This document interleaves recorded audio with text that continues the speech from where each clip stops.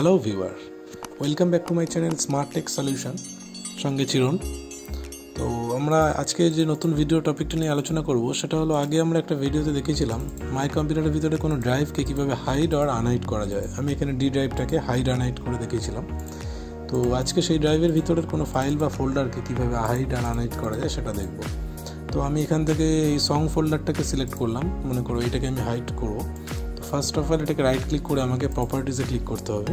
তো এই hidden সাইনটাতে on থাকবে না, এই হিডেন টিকটাকে আমরা অন করে নিতে হবে। এটা করেছিলাম বলে এটা করা রয়েছে। নর্মালি হিডেন টিকটাকে অন করে যেই আমরা অ্যাপ্লাই আর ওকেতে ক্লিক করব, তখন দেখতে পাবো যে এটা নর্মালি হিডেন হয়ে গেছে। দেখতে পাচ্ছ যে সবকটা ফোল্ডারের থেকে এইটা কিন্তু হালকা ব্লার হয়ে রয়েছে, কিন্তু এখানে শো করছে, এর ভিতরে ডিটেলসগুলো শো করছে। তো এটাকে যখনই আমি এখন হাইড রয়েছে, এখন এটা আনহাইডই রয়েছে, কিন্তু হাইড ফোল্ডারে ট্রান্সফার হয়ে গেছে। এবার নর্মালি এটাকে হাইড কীভাবে করবো, আমি অর্গানাইজে ক্লিক করবো এই ওপর থেকে।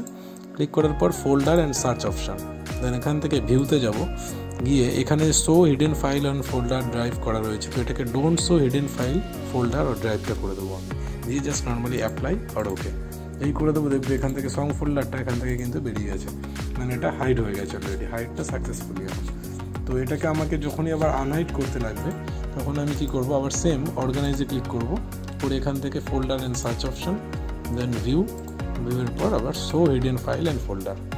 এটা করে নিলেই অ্যাপ্লাই করে যেই ওকে করবো, আবার এই যে ফাইল আর ফোল্ডারটা আমার এখানে চলে আসবে। কিন্তু এটা এখনও ব্লার শো করবে, কারণ এটা হিডেনে কনভার্ট করা রয়েছে।